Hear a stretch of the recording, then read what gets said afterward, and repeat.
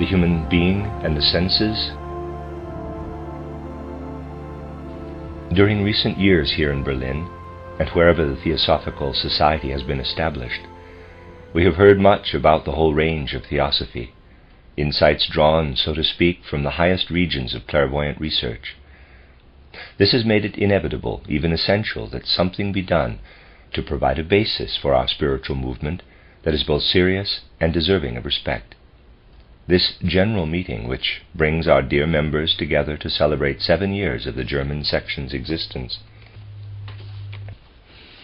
is a suitable occasion to contribute further to a firmer foundation and greater order for this movement. I will try to do this in the 4 lectures on anthroposophy scheduled for the next few days. Footnote 1. These lectures were given for members on the occasion of the 8th General Assembly of the German section of the Theosophical Society. Rudolf Steiner had opened the general meeting saying, quote, "On this occasion it may be taken for granted that you have a feeling for what is called a cyclic evolution of events, the completion of the first 7-year epoch." Unquote. It also marked a move toward a more Western mode of thinking. Quote, "The task of the West is to develop the spirit of synthesis." Unquote, from Günther Wachsmuth, The Life and Work of Rudolf Steiner. End of footnote. The lectures at Kassel on the Gospel of John, those in Düsseldorf on the hierarchies, the Basel lectures on the Gospel of Luke, and the Munich cycle on the teachings of Eastern Theosophy, all provided an opportunity to climb to noble heights in spiritual research and bring back spiritual truths that are not easily accessible. It has always been at least a part of our concern in the Theosophical movement to ascend to such high peaks of human spiritual knowledge. When we cultivate a feeling for the so-called cycle of cosmic events, we are certainly justified in seeing something of a deeper nature in them. During our first general meeting, when we were establishing the German section, before an audience, few of whom were theosophists, I delivered lectures that were referred to then as an historic chapter of anthroposophy. Footnote, the first general meeting took place October 20th, 1902. The lectures he refers to were given to the circle of the Kommenden and were called From Zarathustra to Nietzsche, the history of human evolution in relation to the ancient East and to the present, or anthroposophy. End of footnote. Now, 7 years later, we seem to have completed a cycle, and it is appropriate to speak more comprehensively about the meaning of the term anthroposophy. An analogy may help clarify its meaning. When we wish to examine a region, we go from place to place, looking at the arrangement of villages, woods, meadows, roads, and so on. What we see at any given place or moment at ground level is always just a very small portion of the whole area. But we can also climb a mountain and survey the entire landscape from the peak. Ordinary sight will not then distinguish the details, but the view will provide an overview of the whole. This analogy illustrates the relationship between theosophy and what we ordinarily think of as knowledge or science. Ordinary cognition moves from detail to detail through the world of fact. Theosophy, on the other hand, ascends a high peak, and the horizon is thereby enlarged. After climbing that peak, however, special methods must be used to make out the details of what lies below. These methods have been described many times, for example, in my book titled How to Know Higher Worlds. There I show how it is possible to reach that ideal peak without sacrificing the capacity to perceive detail. But there is also a third possibility, which we may infer from our analogy. We may climb only part of the way, stopping, for example, at the halfway point. At ground level, we see only detail with no overview. We look at the heights above us from beneath. When we reach the peak, conversely, there is nothing above us but the heavens, and everything visible lies below. But at the midpoint of ascent, there is something beneath us and above us, and we can compare the two perspectives. Every analogy, of course, leaves something to be desired. This one was intended only to illustrate the distinction between theosophy and anthroposophy. Theosophy stands on the peak, anthroposophy at the halfway point, looking both up and down. looking both down and up. The only difference is in the place from which the scene is viewed. This analogy, however, cannot be stretched to cover the following. Taking the theosophical path requires rising above the level of the usual human way of seeing things, rising from the lower to the higher self, and attaining the capacity to perceive with the organs of that higher self. The peak from which theosophy is able to perceive is above us, whereas ordinary cognition lies below, and we ourselves are halfway between the worlds of nature and spirit. What is above us extends into us, for we are suffused and filled with spirit. We can perceive the spirit there above, but we do not look from the peak of the spirit, but from a place over which the peak towers.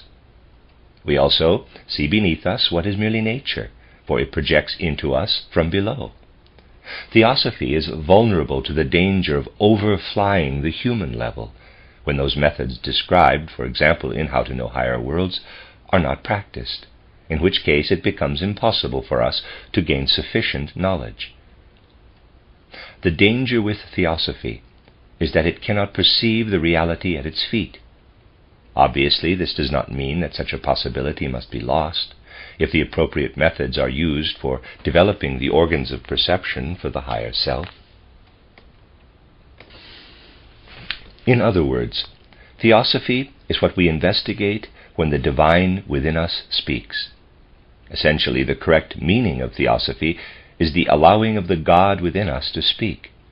What it tells you about the world is theosophy. Anthroposophy, for its part, may be characterized as the wisdom spoken by us as human beings when we are between God and nature, and allow the human being in us to speak of what is shining into us from above and of what is projecting into us from below. Anthroposophy is the wisdom that human beings speak.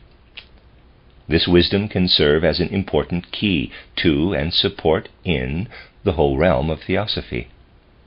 After we have absorbed theosophy for a while, we can hardly do better than rally to the achievement of such firm support by seeking the wisdom that anthroposophy can provide. Therefore, I will make sure that a brief sketch of the nature of anthroposophy is made available as soon as possible after these lectures. Footnote, he wrote Anthroposophy, a Fragment, which is also on this website. End of footnote.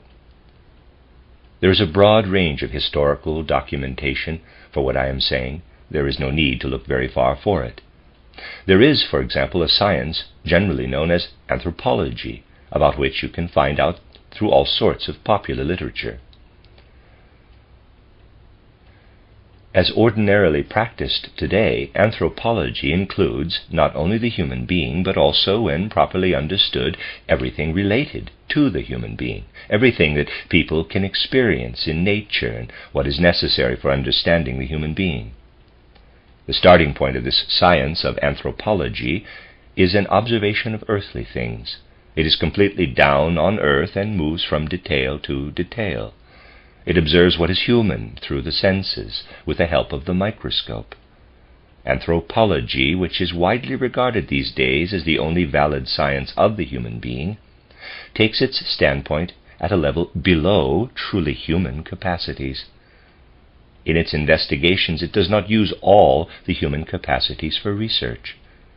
Now contrast anthropology, which remains stuck at the ground level and cannot work out any of the answers to the burning questions of existence, with what theosophy offers. Theosophy climbs to the loftiest heights to find the answers to the most pressing questions of existence. You will find, however, that those who are too impatient to explore theosophy gradually, those who have not accompanied us step by step in what we have presented over the past few years, have remained stuck at the level of anthropology and consider theosophy a structure of empty air without any basis whatsoever. They cannot see how the soul ascends stage by stage from incarnation to incarnation, and they cannot rise to an overview of the goal of human and cosmic evolution. Anthropology, therefore, may be seen as standing on the lowest rung of the ladder and theosophy on the uppermost level, where the cognitive capacity fades away for many people.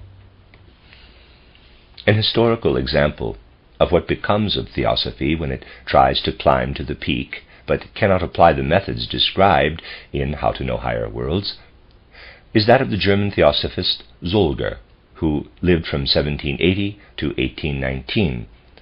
Footnote, Carl Wilhelm Ferdinand Solger, who published Philosophical Talks 1817. End of footnote.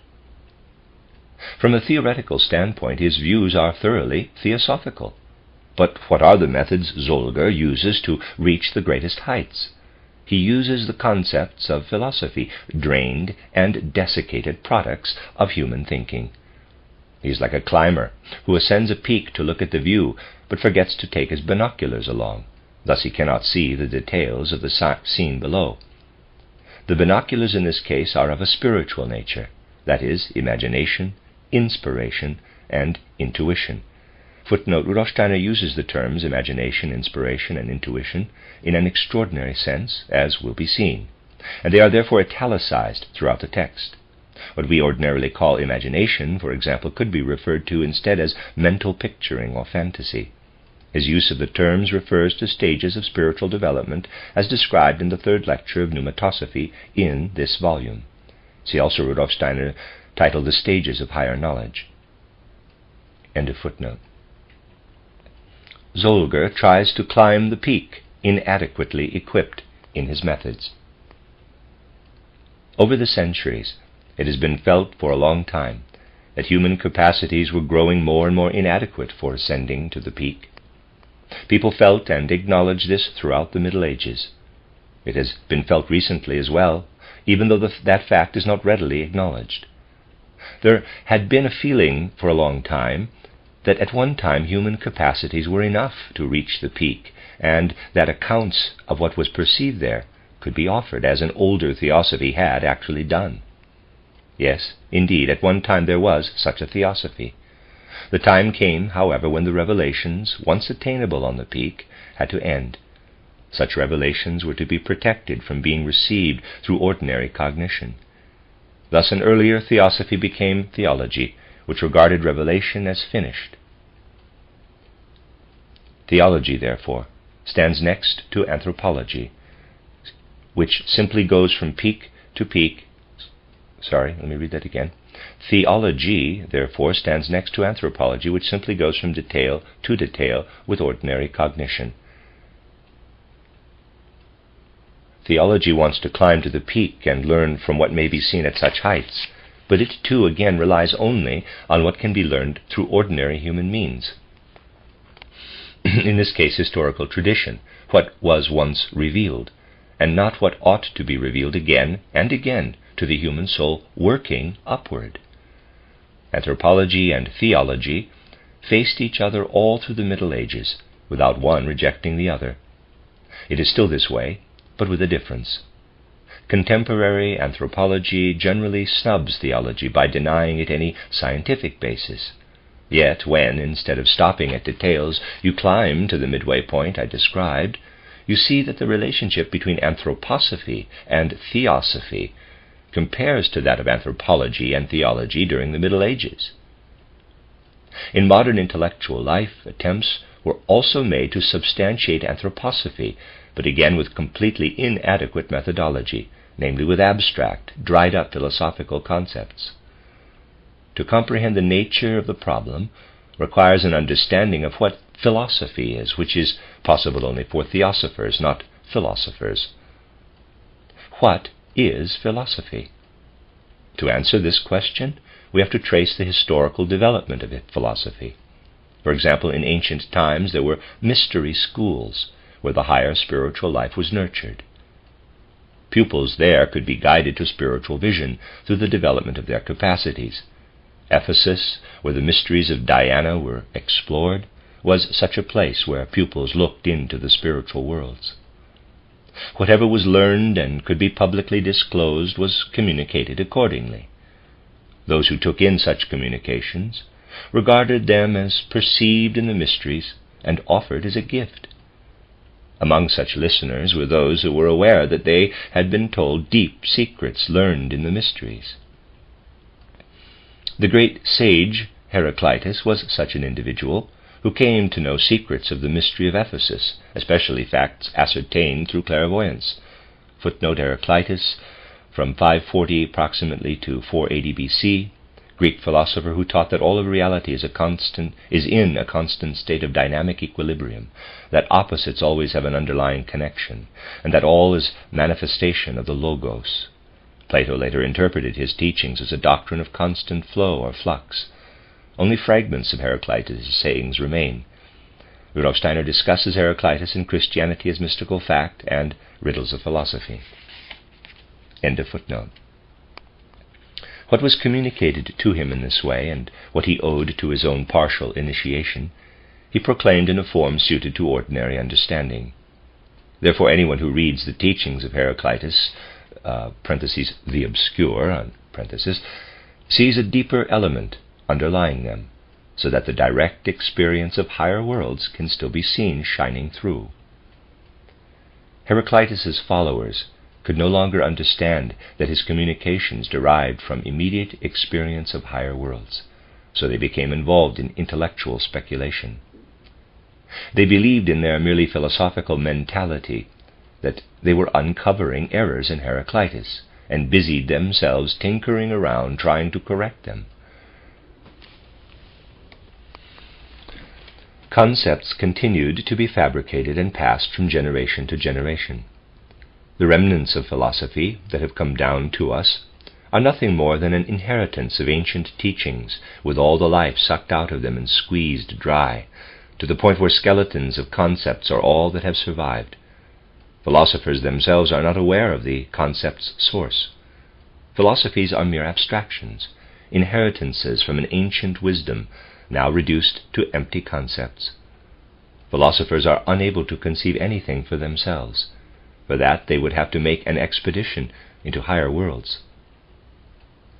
Philosophies of this kind and their dried-up concepts were all that was available to 19th century philosophers when they tackled what may be termed anthroposophy. That term was used once when Robert Zimmermann wrote a book by that title. Footnote: see The Anthroposophic Movement, a book by Rudolf Steiner, I believe. End of footnote. But just as with Zolger and his theosophy, Zimmermann was inadequately equipped for the task. Thus his writings were fabricated from the driest, most abstract concepts. This completely dry, abstract conceptual spectre, unsuited to its subject, was his view of anthroposophy. It is characteristic of the 19th century that whatever transcended individual outer experience or went beyond anthropology and wanted to be anthroposophy became just such a dry conceptual spectre. Through supplying the methods to know the reality within spiritual life, theosophy must restore depth once more to the knowledge of humanity that can be called anthroposophy. Anthroposophy is spiritual insight into the world based unequivocally on the median, the human perspective, not the subhuman, which is the perspective of anthropology. Zolger's theosophy occupied a superhuman level, but it lacked content. Concepts conceived at that level fly too high above humankind. Since people up there cannot see anything of the world below, they spin webs of manufactured concepts. We are not interested in doing that. Our quest is for reality, and you will see that all reality of human life opens to it. You will still recognize the old friends, the old goals of our seeking, but illumined from a different viewpoint, looking both up and down. The human being is truly the most important subject for our consideration.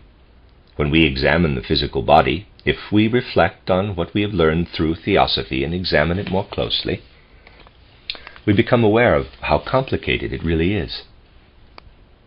To gain some sense of anthroposophy's true concern, remember that what we call the human physical body is, in a sense, a very ancient creation. We know that it came into existence in its initial seed state on ancient Saturn, changed on the ancient sun and moon, and transformed again on the Earth. Footnote: the use of planetary names to describe stages of cosmic development was a theosophical convention of the time, used to describe the major stages of cosmic development. These terms do not refer directly to the physical celestial bodies of the same names or to their specific physical development. For a thorough discussion of these terms, see Rudolf Steiner, An Outline of Esoteric Science, Chapter 4. End of footnote. The ether body was incorporated into it on ancient sun. Again footnote. Steiner included this note for his book Theosophy. Quote, for a long time, after compiling this book, I also spoke of what is here termed ether body or life body as the body of formative forces. I believe that one could not do enough to try to prevent the identification of what I meant with the life force or vital force of an earlier stage of science. I agree in some respects with those who would deny the existence of any such force. That term was used in an attempt to explain the unique way of working that inorganic forces took on within a living organism. However, inorganic activity is actually no different inside an organism than it is outside in inorganic nature. Within an organism there is simply something additional present, something that is not inorganic, namely the formative activity of life, whose basis is the ether body or body of formative forces. Recognizing the existence of the ether body in no way impinges on the legitimate task of science, which is to trace the effects of forces observed in inorganic nature into the world of living organisms. Spiritual science, however, also finds it justified not to imagine these effects as altered by a particular vital force within an organism. A spiritual researcher speaks of an ether body at the point where an organism discloses something that a lifeless object cannot. Page 36, end of footnote. The astral body was incorporated into the human body on ancient moon. Footnote. In Theosophy, Steiner explained his use of the term astral body. Quote, the human being can be differentiated into physical body, life body, astral body, and I, capital, with the term astral body designating the union of the soul body and the sentient soul. This term is common in older literature and is here freely applied to that aspect of the human being that lies beyond what is sense perceptible. What is active in the astral body, to begin with, are our drives, desires, and passions, to the extent that we perceive them, as well as our sense perceptions. Sense perceptions come about through the soul body, a member of our human constitution that comes to us from the outer world. Drives, desires, passions, and so on originate in the sentient soul, to the extent that it is filled with forces by our inner self, before this inner self gives itself over to the spirit self. End quote, page 59, end of footnote. These aspects of human nature have gone through continual metamorphosis over the course of evolution. What we recognize today as the complex physical body, with the heart and kidneys, the eyes and ears, and so on, is the product of a long evolution, during which all its members developed from a primal formative essence that was present on ancient Saturn. Then millions of years passed, bringing further changes before it reached the stage of its present complexity and perfection. When you study any part of this body today, for example the heart or lungs, you cannot understand it if you do not have a deeper understanding of how these organs originated and developed. Obviously, nothing of the present form of the heart and lungs existed on ancient Saturn. They developed their present form only very gradually, one earlier, another later, and became incorporated into the physical body. One of these organs may be called the sun organ, because during the sun evolution it was incorporated and became perceptible. Another may be termed the moon organ, and so on. If we want to understand how this complex structure, the human physical body, really came to be and what it means today, we can get the concepts from the universe, from a study of the entire cosmos. This is a theosophical view of the human being. Now, how does the anthropological view differ? Anthropology views the heart and the stomach in isolation. They are studied separately, as though it didn't matter which was the newer and which the older organ. That aspect is ignored, and each organ is lined up and handled separately. Theosophy ascends to the ultimate heights and explains each individual aspect of the whole out of the spiritual. Anthropology stays at ground level and starts from the individual aspect. By this method, it is arrived at the greatest extreme, viewing individual cells as merely juxtaposed, as though it made no difference that a particular complex of cells originated during ancient moon evolution and another during ancient sun. The various cell complexes actually did come to be at very different times. You can list the superficial details, but you will not understand them if you fail to consider them from the spiritual viewpoint. Anthropology walks on the ground, whereas Theosophy looks at things from the highest peak. Matters now become even more complicated. The human heart is one of the most ancient organs, considered in its initial seed form. Its present appearance developed only during a later period. The germinal stage of the heart was dependent on the forces at work on the ancient sun. Evolution continued. During the first period of moon evolution, old moon united with the sun, and the heart passed through another stage of development. Then came the great event of ancient sun's separation. The sun worked thereafter from outside the moon, causing the heart to go through a totally different evolution. From that time on, evolution proceeded with a sun part and a moon part, and we can understand the heart only if we can differentiate between the sun and moon parts. Then the sun reunited with the moon. But early in the Earth's development, the sun again separated out and worked with greater intensity on evolution from the outside. Then the moon separated from the Earth, working on it from without and ushering in a new phase in the heart's long evolution. We see here shining into the human physical body many different forces from the most diverse sources. Belonging as it does to the oldest group of organs, the heart truly has a sun element, a moon element, a second sun element and moon element, and then, after the separation of the earth, the addition of an earth element. If all these elements of an organ, or those of the whole physical body, accord as they do with the harmony of the cosmos, a person is healthy. If one element outweighs another, for example, if the sun element in the heart overwhelms that of the moon, the heart becomes ill. You understand the illness when you know what caused the moon element to fall behind. All illnesses result from various elements becoming unbalanced or irregular, while restoration of health is found through restoring harmony among them. Speaking of such things is not enough. We must really understand this harmony and immerse ourselves in the wisdom of the world to be able to find the various elements working in a given organ. The physical body is indeed a tremendously complex structure, as you realize from our considerations so far.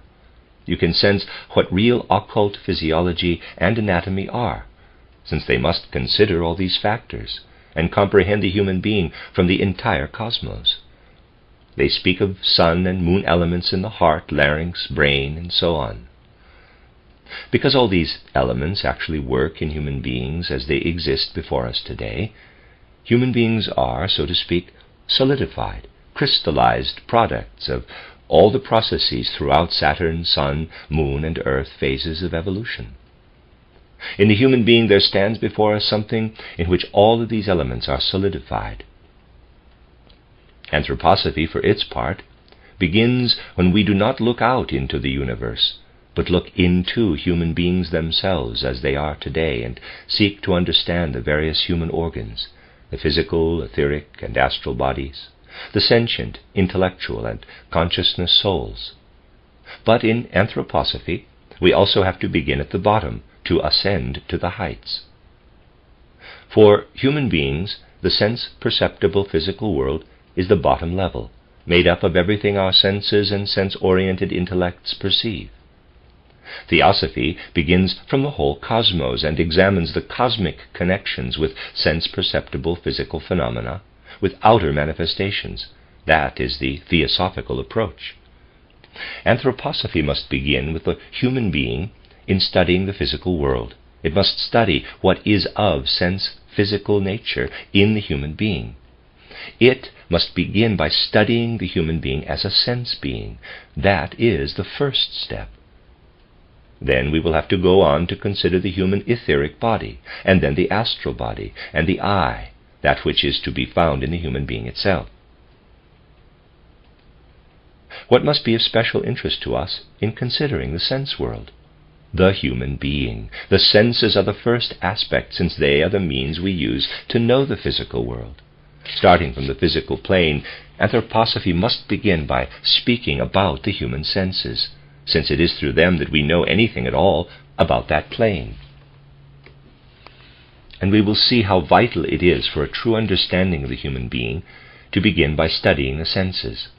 Let us take that as our first chapter, then, and ascend from there to contemplate the various spiritual aspects of human nature.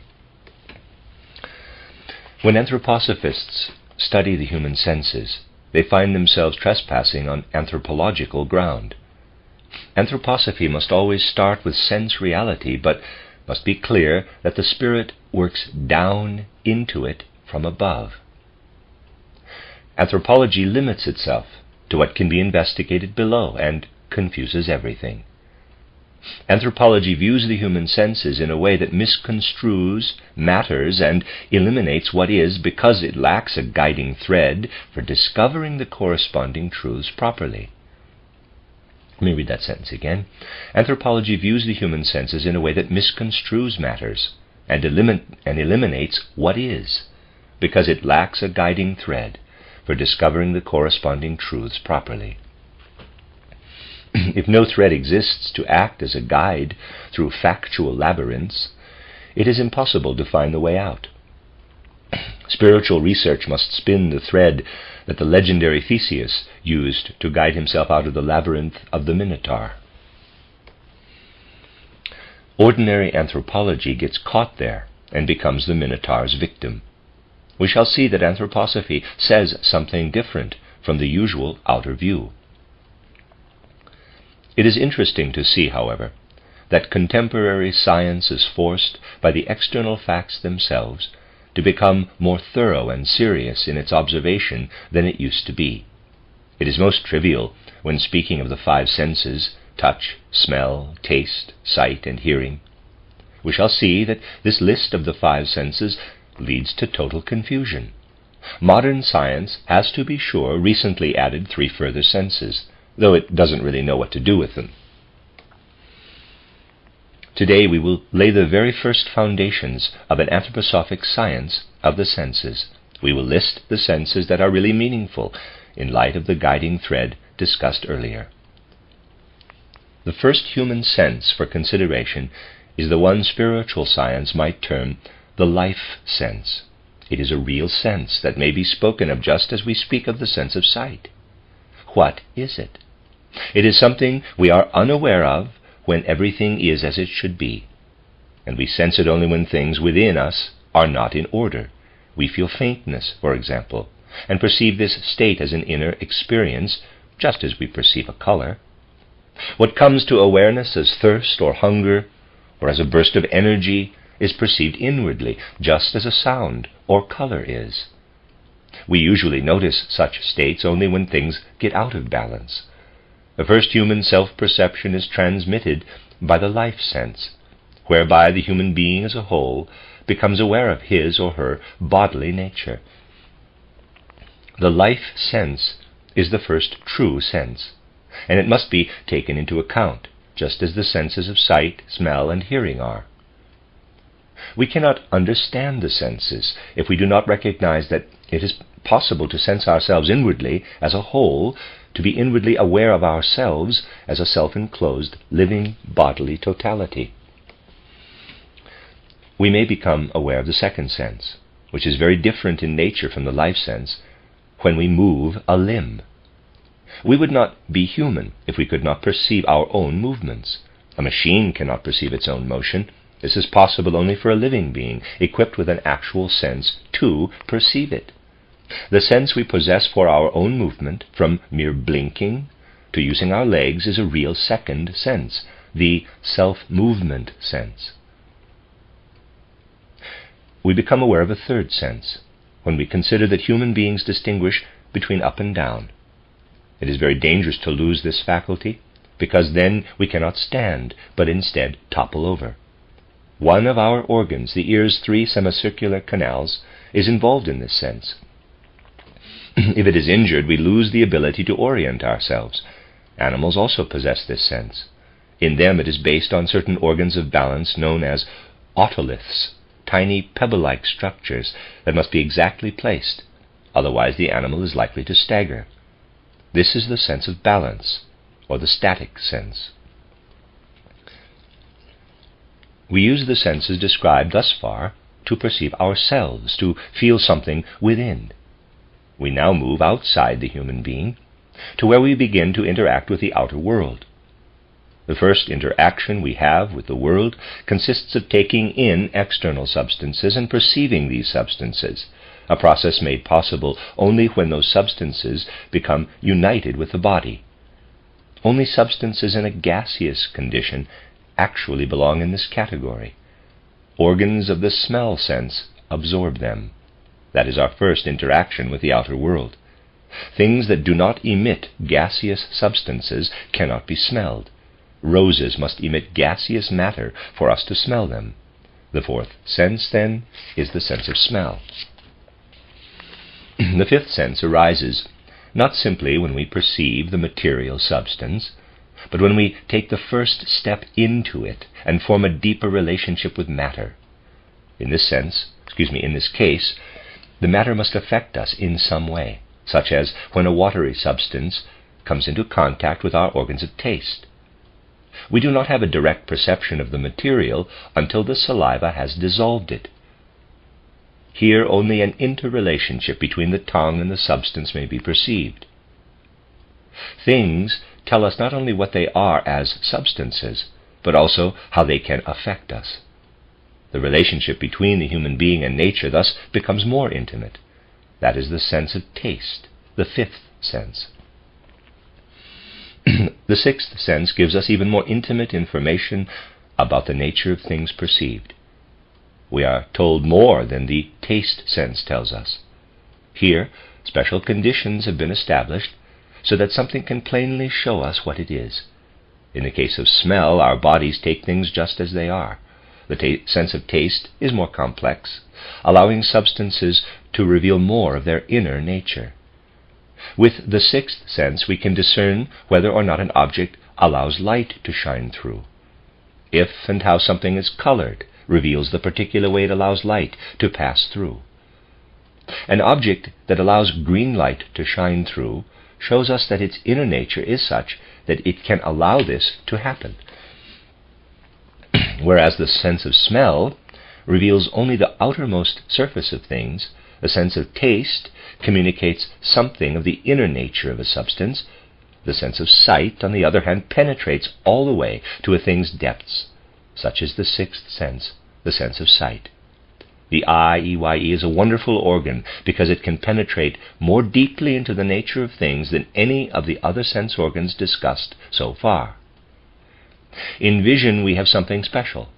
When, for example, our eyes perceive the red color of the rose, the red surface tells us of the rose's inner nature. We see only the surface, but because that surface depends on the rose's inner nature, we learn to know its inner nature to a certain extent. If we take hold of a piece of ice or hot steel, we penetrate even more deeply into the inner depths of a thing. Color supplies only manifestations of the surface, but ice is cold all the way through, and heat permeates the entire mass of hot metal. Heat and cold thus convey a still deeper knowledge of the inner nature of substances than the sense of sight can, because sight is limited to telling us about surface characteristics. The seventh sense, the sense of warmth, reaches still further into the foundations of things. Now, let us see what comes of further inquiry. and ask whether we can rely on our senses to go even more deeply into these matters. Can we understand their inner nature more precisely than we can through the sense of warmth? Indeed, we can, when something expresses its inner nature by beginning to sound forth. Heat is evenly distributed throughout a substance, but that is not true of sound. Sounds make inner nature vibrate, and this gives us evidence as to a certain inner makeup. The more intimate sense of hearing discerns an object's inner mobility. It affords us more intimate knowledge of the outer world than the sense of warmth. This eighth sense is the sense of hearing. When an object is struck, it reveals its inner nature in the sound produced. We distinguish between things based on their inner nature, according to how they are able to vibrate when we make them sound. In a certain way, the soul of things speaks to us. Now, are there any senses higher than that of hearing? We must proceed much more cautiously when investigating the higher senses, for we must not confuse the senses with something else. In ordinary life, where one remains at ground level and confounds everything, one speaks of yet other senses, such as the sense of imitation, the sense of secrecy, and so on. The term sense is erroneously applied here, however. Sense is that perception through which we obtain knowledge without the help of the mental processes. Where judgment plays a role in acquiring knowledge, the term sense is inappropriate. Sense is a term limited to situations where the power of judgment has not yet become active. We use a sense to perceive a color, but to make a judgment between two colors, no sense is necessary. In this sense, and this is also a misuse of the term, are there any more senses? Yes, there is a ninth sense. We discover it when we think about the fact that there is indeed a certain capacity of perception in the human being. This is a sense which is especially important in laying the groundwork for anthroposophy. There is a perceptive capacity that, although it is not based on judgment, is present in it. We perceive it when we use speech for the purpose of coming to an understanding with others. In what is conveyed to us through speech, there is not simply an expression of judgment. A real speech sense underlies it. This sense of speech is the ninth sense, and it is as real as the sense of sight or smell. A child learns to speak before learning to reason. A whole people has one language, but judgment is a function of the individual. What a sense conveys does not depend on the soul activity of the individual human being. Hearing makes us aware of the inner vibration, but the perception of a speech tone's meaning is more than just hearing. Footnote: Steiner differentiates between the German words Ton and Laut. Ton is translated as sound, Laut as tone or phonetic tone or speech tone. The word tone is not used here primarily in the musical sense, but in the sense of feeling tone in language, as used by Henry Head in his Aphasia and Kindred Disorders of Speech, Cambridge 1926, cited by Oliver Sacks in his essay on the sense of word, quote, "This President's Speech," in the book The Man Who Mistook His Wife for a Hat and Other Clinical Tales. End of footnote. Continuing footnote. See also Rudolf Steiner, Anthroposophy, Fragment, Chapter 2. End of footnote. The meaning conveyed by speech is discerned by a sense other than hearing, the sense of speech or language. That is why children speak and understand what is spoken to them long before they learn to reason. Reasoning is actually learned through speech. What an educator the speech sense is, just as sight and hearing also are in early childhood. Nothing that the senses perceive can be changed or distorted. That applies to the perception of color exactly as it does to the perception of the inner nature of speech tones. We must recognize the speech sense as a special sense. It is the ninth in the sequence of senses. And now we come to the 10th sense, the highest among those used in ordinary life. It is our means for understanding concepts expressed through the medium of speech. It, too, is really a sense, just as the others are. We must have concepts to reason. If the soul is to become active, it must be able to perceive concepts, which is possible through the sense of concept. But what about the sense of touch, which seems to have been overlooked entirely? Of course, touch as a sense is usually lumped together with the sense of warmth. This arises from the confusion created by those who lack the guiding spiritual thread. At first glance, touch indeed has significance only as the sense of warmth. The whole skin can be designated roughly as such a sense. It is only in a certain way there for the touch sense.